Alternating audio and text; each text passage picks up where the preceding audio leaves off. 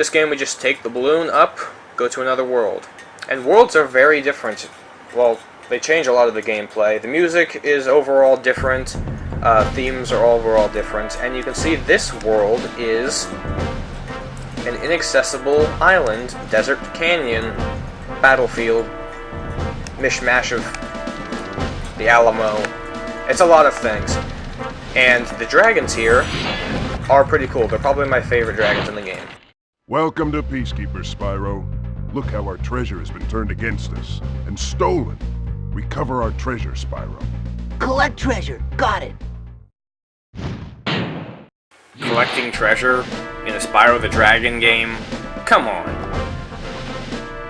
The first new enemies of the new world, the red-hatted foot soldiers, will try to hit you with their spears. You can take care of them pretty much anyway. And they have good death animations. I like their death animations. The guys in the blue hats are cannon patrol. They will rush to the nearest cannon and try to aim it at Spyro before he gets behind the cannon and kills them. They die the same way. And like any good war tactician, we can overtake the fallen enemies' armaments and use it against them. It'll auto-aim the distance, we just have to aim it towards the certain guys, and we can actually knock both of those guys out. They were just shooting a cannonball back and forth. It's not like they were doing anything important to the war. And with enough overkill, we can actually take out some fodder here. That got some distance. Wow. Too bad Sparks isn't in any danger, or else he could enjoy that meal. As much as it pains me to leave the homeworld behind without having it finished, I'm going to go ahead and start Dry Canyon. First level of the Peacekeeper world. Dry Canyon is very dry, and it is a canyon. Unlike other certain levels with descriptive adjectives in the title. These new boxes, new to us anyway, are fan blades, and we have to flame them 3 times to get the fan spinning fast enough. I heard a death noise up there. It's spinning fast enough to fly off the handle and give us a gem on the inside. Next new box over here, the spring box, where we have to charge or flame and jump and collect the gem before it falls back inside. These enemies are Nork Musketeers. These ones are not just remodels of the soldiers in Dark Hollow, because they can shoot cannonballs at us. But we can actually just avoid that by charging into them and not taking damage. If you're going to make a projectile, then it should probably hurt you no matter what your character is doing. Otherwise, there's no incentive to avoid it. Like every other small enemy in this game, we can just charge blindly towards it. Speaking of charging blindly, we have this blue towel guy. Oh, he tried to be clever. Because we were jumping in front of him, he turned around, but we tricked him. And we're willing to take damage to take a known criminal to justice. And, as with any row of spring boxes, the goal is flame them both at the same time and collect their gems in one jump. You are legendary if you can do this. Barrel cacti, just as resilient as their saguaro brothers. Conan the Barbarian, not the O'Brien. Thank you for releasing me. Get ready to hear that line a lot, because about half of the dragons in the game will say that, because they didn't want to keep writing dialogue for every dragon. They will just, thank you for releasing me. Okay, we have come to a crossroads. We could either go over up their stairs, or we can try our hand at reaching this ledge. Post a comment on this video with which route you think I should take, and we'll get back to this later.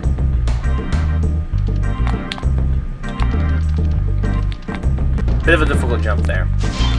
More spring boxes, you know the drill. Oh no, I'm not the greatest guy. These guys are bird wranglers, and they're a pretty great enemy. They wrangle birds in a circle there, and if we come close enough, they'll actually smack us with it like a club. Their death animation's not half bad either. I'm out of Sparkses. Luckily, these enemies aren't very deadly. I just got chased away by what looks like a vulture, but is in actuality a falcon. They're cool because when they get killed, all of their feathers just explode away from them, just like real birds. Why do you think all the chickens and turkeys you buy at the supermarket have already been plucked? Think about it. Is that you, Spyro? Are you the young dragon I've been hearing so much about? Ever since you're a wee puff of smoke, we've known, You've known? I forget. Dragons, elephants are not. Reverse that. I like how he scratched the tip of his nose with the tip of his wing. That seems like something if you would actually have wings that could do that, you would do. They tried to trick us with that Nork Musketeer. They want us to charge to our deaths, but we're smarter than that. We know that by tapping the charge button, we can achieve the same momentum as if we've been running for 3 miles. On top of this ledge, we've got a whole 3 gems and an exposed 1-up that we cannot reach. Even if we had sparks at this point, even if we had sparks at this point, we couldn't reach these gems by jumping like that. Sparks doesn't work that way. He doesn't collect things that are higher or lower than you, just further away. Oh no. Well, we're gonna get Sparks back anyway. You can observe its mighty falconistic dive attack there, where it flies slowly and then just turns around and goes back to its perch. Out on this mesa, we've got a lockbox, 2 fan boxes, and 3 chests that will never be seen again, because we cannot reach them without gliding. These jumps are way too far to be made without a very perfect jump. Even if we could jump on top of this wall here, that jump is miles away from our styles. As well as is that 1-up box and 3 gems over there. Can't reach it without gliding. In fact, this ledge we can barely reach without gliding. Likewise, from here, it's too far a jump. The last new box we're going to be seeing, it's a box of fireworks. You can see this one has a blue gem inside of it. So like any smart dragon, don't do that because they blow up and cause damage to you, as you saw. What you smart children should be doing is get up as close as you can to the box of fireworks and a bomb, light it on fire, and then run away. Be careful because those sparks will hurt you. They are not good dragonflies. Okay, you saw it again. Get off my back. And the reason we took that path instead of going up the stairs is it loops around right back to down here. Oh no. So we can get the drop on these birds here, sneak up on them, observe them in their natural habitat. How's it going, bird? Really? That sucks. Collect the spoils from our bloody victories. And see what this dragon's up to.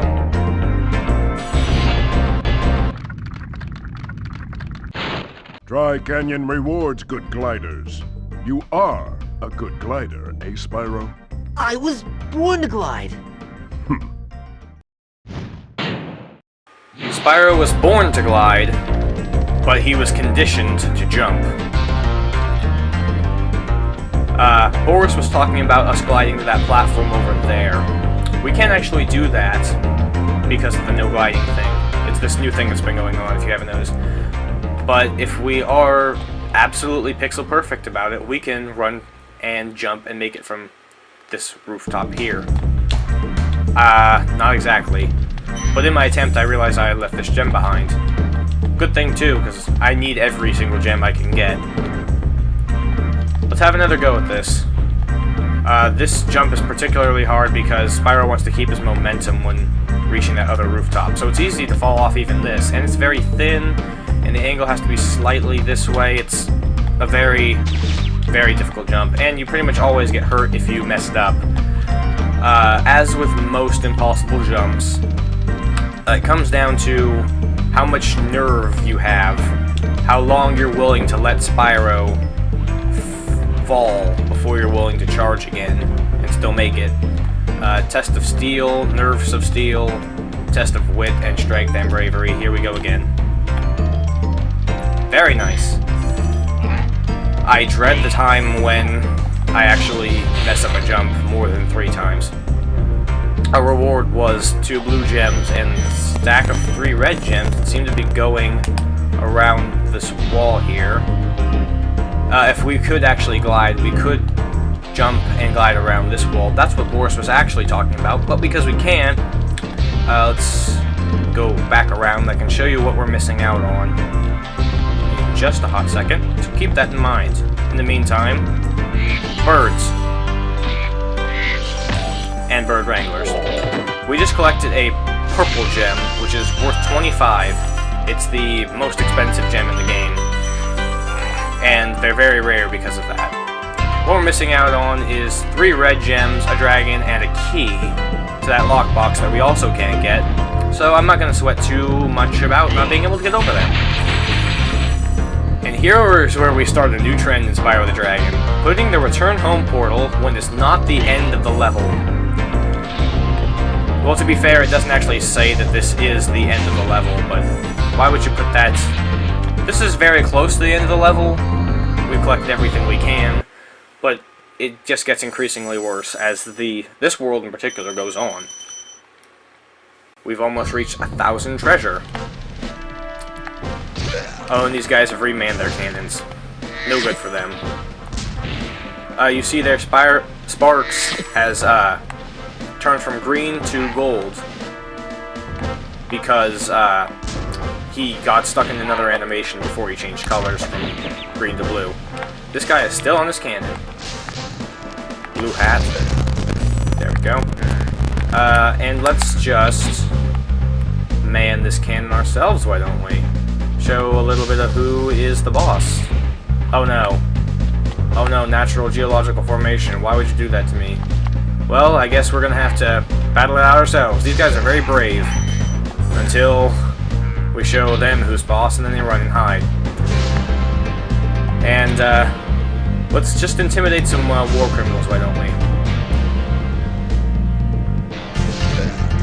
Prisoner of war they are not. Cower in fear! Cower in fear. The dragon demands it. There we go. What's he over here, though? Hey, that's all that. Nobody is safe. I would demand respect. I am a purple, tiny dragon who sounds like Pee Wee Herman. I demand your respect. Oh. All the way into Clifftown, which is based on the non-proper noun Cliff. Cliff would actually debate that statement, but nobody likes Cliff anyway. And this little guy here has a metal coat on. We can't actually hurt him. He also has a nice sombrero. I like that sombrero. These are Pueblos, and they try to cut you up something fierce. Oh no. So we just charge them like every other small enemy in the game. But tricky Insomniac Games, they're hiding 2 gems off to one side of this building, and 2 gems off to the other side of this building. 4 whole gems we would have missed out on if I hadn't been such an adept, knowledgeable person. The fat ladies will slap the Pueblos to come out and fight us for them. Because fat ladies can't cause damage, they can slap us, and sometimes that'll knock us off a cliff, but more so it's an annoyance than an actual danger. Just flame the fat lady, who, like all ladies, is cooking up something good. What are you cooking up, lady? Oh, treasure. You were cooking up an inedible gem. Not the best cook. Not a huge loss to the culinary arts world in her death. Every single lady has a cooking pot. Every single cooking pot has a gem. We must not forget to flame every cooking pot that we come near. If I'm missing gems in this world, it's probably going to be inside a cooking pot. And also, desert lizards with legs, only 2 legs, a couple of Playboys on this bridge, and more resilient cacti. I heard a Frito Bandito. There he is. He's trying to make off with my huevos rancheros, but I'm not going to let him. There we go. And to celebrate our victory, a 1-up, I guess. And, see what this guy's been up to. Ravla. How's a dragon supposed to flame metal armor anyway? Remember, Spyro, flame won't harm metal, but charging with your horns, that should do the trick. I wonder for how long they are going to keep telling us you can charge only the small enemies, you can flame only the non-metal enemies. I think half of the dragons in this game are telling you that. But first, I noticed I left some gems behind. And like any good dragon, we're never going to leave anything that makes us rich behind. Spyro is a capitalist when it comes to it, down to it. And speaking of capitalisms, I see a firework. They expect us to climb all the way up this wall here, glide down, and then flame this firework. Just like the Basket fireworks, when you flame them, they light on fire, and this one rockets off and destroys something later on in the level. The reason we have to do that is because they will always destroy something that Spyro can't hurt otherwise. A strong box. And with just enough skill, we can actually jump up that very large gap and collect 20 gems. And now we have the Gauntlet of Fat Ladies. It's like trying to walk out the hallway to Jenny Craig meeting. And that's the reason why the fat ladies are so fat and sassy and unbearable. They will slap you off the cliff and you will fall all the way down to your death. And by death, I mean minor inconvenience. If they somehow slapped you all the way into that river, then you've got issues. So the strategy here is to charge up this hill, because if you don't, Spyro will do this animation there, and that's not a good animation. He looks more like a Bambi the dragon than anything else. The strategy here is to lead with the flames, so they don't even have a chance to get in range of you, because your flames have a really good range on them. And on the next platform here, we have the spoils of that firework. Strong boxes have a lot of gems in them, more so than the lock boxes do, because they're generally harder or more of a puzzle to figure out the solution to break them open. And this is getting it pretty bad here. We've got the return home portal, and we are just about 2/3, or sorry, just about 3/4 of the total of the level completed. Because I'll actually let this dragon here explain it. Enzo, or Ozna backwards. Hey, what's on the other side of that river? Why don't you glide there and find out? Because I'm sort of doing this Glideless challenge. It's the newest thing. Oh, all those sparkles there are gems, and every perch over there has a bird with more gems, and there's a dragon at the top of the cliff, and there are more gems hidden over there, so leaving us with only about 2/3 of the actual total of the level's gems in our pockets. But I think I actually missed a few things down here. Well, not necessarily. And there's a whirlwind all the way back up, just in case you did fall after making it all the way up here. It would be a very, very major minor inconvenience. Since we're so close, let's actually just use the return home portal. Unlike the Artisan world, there is no incentive or reason to use the return home portals basically anywhere else in the game, because I guess they wanted us to learn to use them instead of the menu in the first world. That's why they made Toasty's Dragon Head work that way. But we never actually have to anymore. And here's the Balloonist. That is a nice balloon. Let's see what he wants in order to leave this desert. Oh.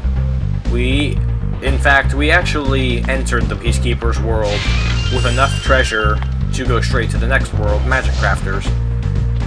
That's because we collected basically 100% of the gems in the last world.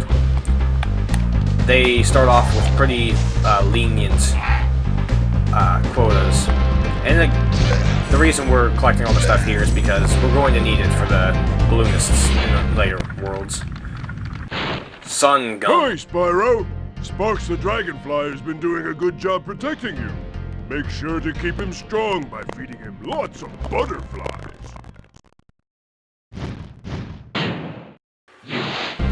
Nothing says strong like lots of butterflies.